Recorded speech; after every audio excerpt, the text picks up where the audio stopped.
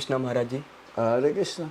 So, welcome back to the Monks Talks. Today we are here in the Mayapur with His Holiness Bhakti Janardana Swami Maharaji. So we have got chance to associate with Maharaj for the special episode of our podcast show Monks Talks. So the tagline is "Live like a monk." But how we can live like a monk? The question is how to live like a monk. The temples are the place where we got the education and the values from which we can live like a monk. So today we will get to know about why temples are important in society, why we are building too much big temples in the society, as we have seated in the TOVP temples office right now. So TOVP, let me just introduce you about the TOVP. TOVP is the temple of Vedic Planetarium, which is in the Mayapur Navdeep Dham. So this is going to be the biggest and largest temple of the world. So that's why I have decided to discuss with Maharaj why temples are important in the society.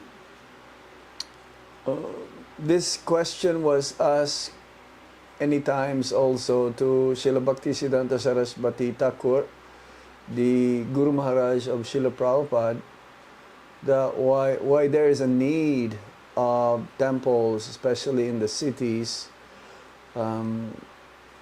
because see, the importance of human form of life has to be given priority. Now that we are in this human form of life, we have to realize the ultimate goal of life, which is to realize who we are and to go back home, back to Godhead. What is our relationship with Krishna and how to develop love for God. And as our Prabhupada says, if we build or we just stay in, let's say, in the villages or in remote areas, we are happy. We can practice Krishna consciousness anywhere, even under a tree. But then that will defeat the purpose because they will not come to see us. So we go wherever there is a need of structures like temples and centers all over the world to facilitate everyone this Krishna consciousness, to reawaken their loving relationship with the Supreme Lord. Because temples are like, in a sense, it is also an educational institute. Okay. Got the point. So basically, Maharaj, in India there are thousands of temples. If I just remember the few names like Badrinath, Kedarnath, there are few big temples, and the ancient largest temples means there are so many temples which have been from last 1,000 years ago in India, and with a very nice architect and all. Right. But in the present time, being a youth, I see youth is suffering from the unemployment. There is a huge poverty in the society. Every children is seeking for the education. As you have mentioned, the education, how temples are serving for the education? Well, there are two kinds of education. There is material education and there is spiritual education. Got the point. And in the temples, we provide knowledge which pertains about the knowledge of the Supreme Absolute Truth, which this is not offered by any means in any big, large universities. There is no department in the modern universities, colleges, or schools that talks about the nature of the soul. So in the temples, we study Bhagavad Gita. We give them knowledge about the Srimad Bhagavatam and other Vedic literatures. So in this way, the more we understand ourselves, the more we understand who is Krishna, who is God, what is our relationship with Him, then life will become successful. One may be materially successful, but if he is spiritually bankrupt, then the purpose of human form of life is defeated. Yeah. It's a waste. Yeah. So, especially here, the Temple of Vedic Planetarium, which hopefully, because this has been predicted by our acharyas, Bhaktivinoda Thakur, Lord Nityananda, that there'll be this what you call Adbhut Mandir. This temple will be dedicated to educate and raise the consciousness of anyone who will come here. We have a big temple here, 5-story, Oh, the height. We have a chandelier here in the main temple. We'll have a chandelier which will be like 100 feet okay. tall. 100 feet tall. And also we'll have the name of the temple is Temple of Vedic Planetarium. The main attraction for this temple is the presentation. The Vedic planetarium. Temple of Vedic Planetarium. This planetarium will consist of different layers of how we can raise our consciousness, and ultimately anyone who will come here will be educated, will be given an opportunity to realize the goal of human form of life. And you don't have to be a Hindu or a Muslim. Anyone in any walks of life will come here, especially students. They will come here by the thousands every day. Okay. So, as Maharaj, you have mentioned that this is going to be a biggest temple and the thousands. Yeah, the biggest, largest Vedic temple in the world. In the world. So, yes. as you mentioned, Maharaj, hundreds of students will learn over here. Yes. So, can I know, Maharaj, what is the actual amount of cost which is dedicated to this temple? It's a lot. It's a lot of money. I cannot precisely say how much, but it's quite. Huge. It's huge. It's huge. I would say over $100 million. Okay, Maharaji. Okay, and we're meant to open this on Gaur Purnima 2025. So we have only 2 more years to go. Okay, so really, Maharaj, I am exciting, and I have huge excitement for that to visit the TOVP whenever it will be open. It'll be like 3 or 4 months preparation, the whole program, starting in December and then culminates in March 2025. Okay, Maharaj, I have a related question to the temples. Like in our India, not in only India, in all over the world, millions of people are suffering from the hunger. So how temples are serving for the hunger? We have a Food for Life program, which means Prabhupada says that no one should be hungry in 10-mile radius. Just a second. Fan off kar di. No one should be hungry within 10-mile radius. So today I've heard that they distributed almost 30,000 plates of Prasad here in Mayapur. 30,000 plates every day? Well, because that was yesterday, because it's Sunday. Okay, I have heard in the temple hall that they were announcing that 33,000 plates we have distributed in the five big kitchens. That's right. See, most of the temples in the world, but especially in India, we give free prasad. They just started free prasad distribution here. In Vrindavan, where we are mainly based, we're also serving prasadam there for free. We don't ask 1 paisa. We started that. I have added that Prasad Prabhuji, Maharaj, sorry for that. I have realized one thing, that this is not the simple food actually. Yeah, this is conscious mercy. food. It's called prasadam, called mercy. Mercy coming from the Supreme Lord.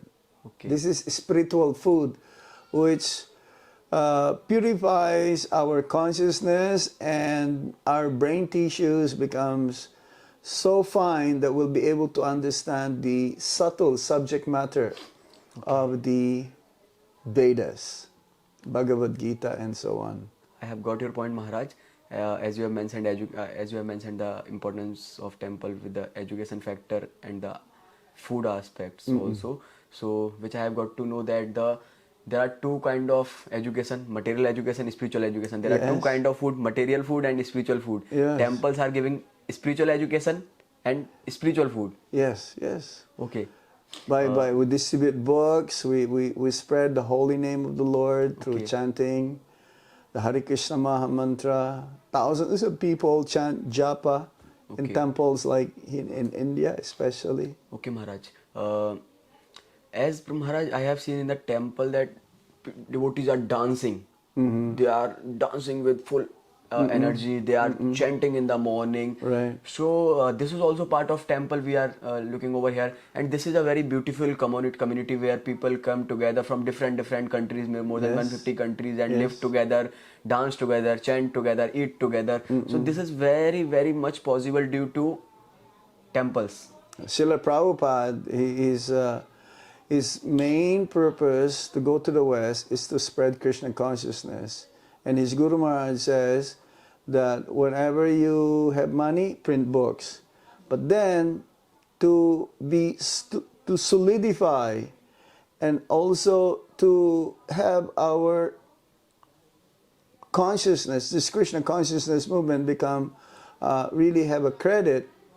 Then when he was young, or not just young, or just before coming to America, there is an astrologer saying that, oh, this person will build a house in which the whole world can live.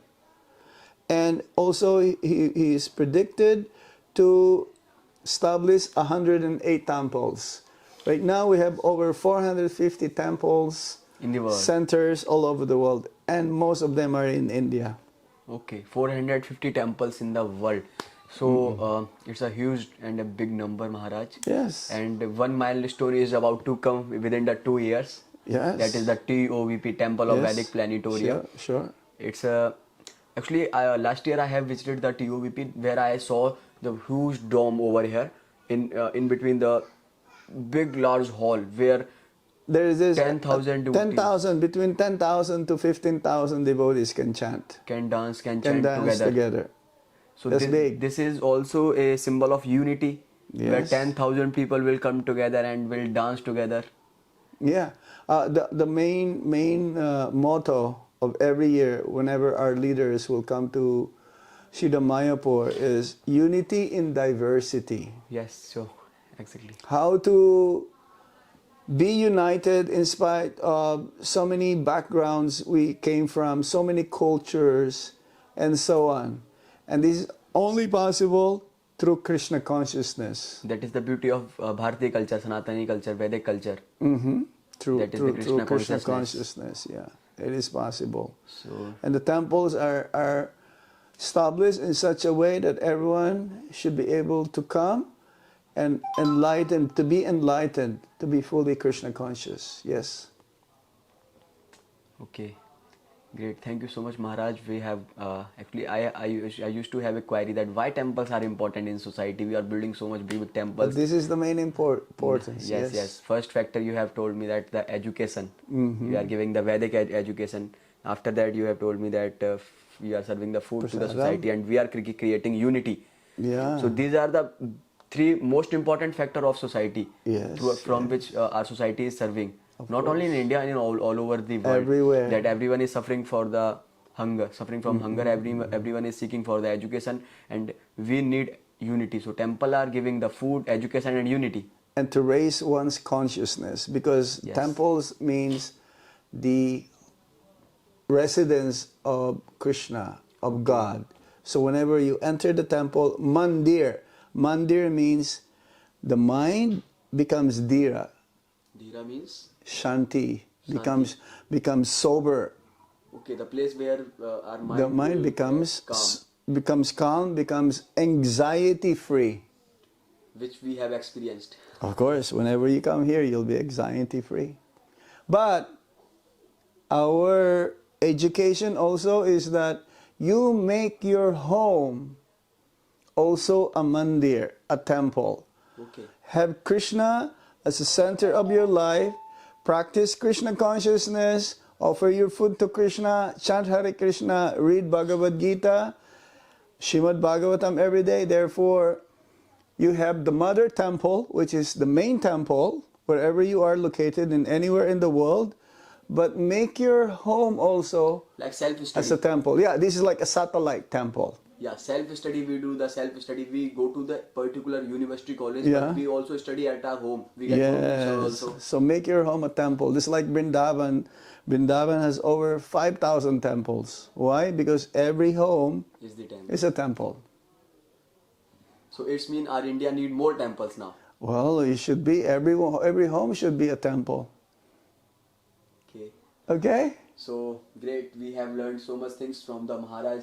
Now, that question I was coming to my mind again and again. Why temples are more important in the society? Maharaj has simply explained in the 3 points, that is the education, food, and the unity. So we will request Maharaj for giving your association again. Thank you so much, Maharaj, Thank for you. giving your precious time on Monks Talks. Sure. And thank you so much for giving your association. Hare Krishna. Maharaj. Thank you. Hare Krishna. Hari Hari.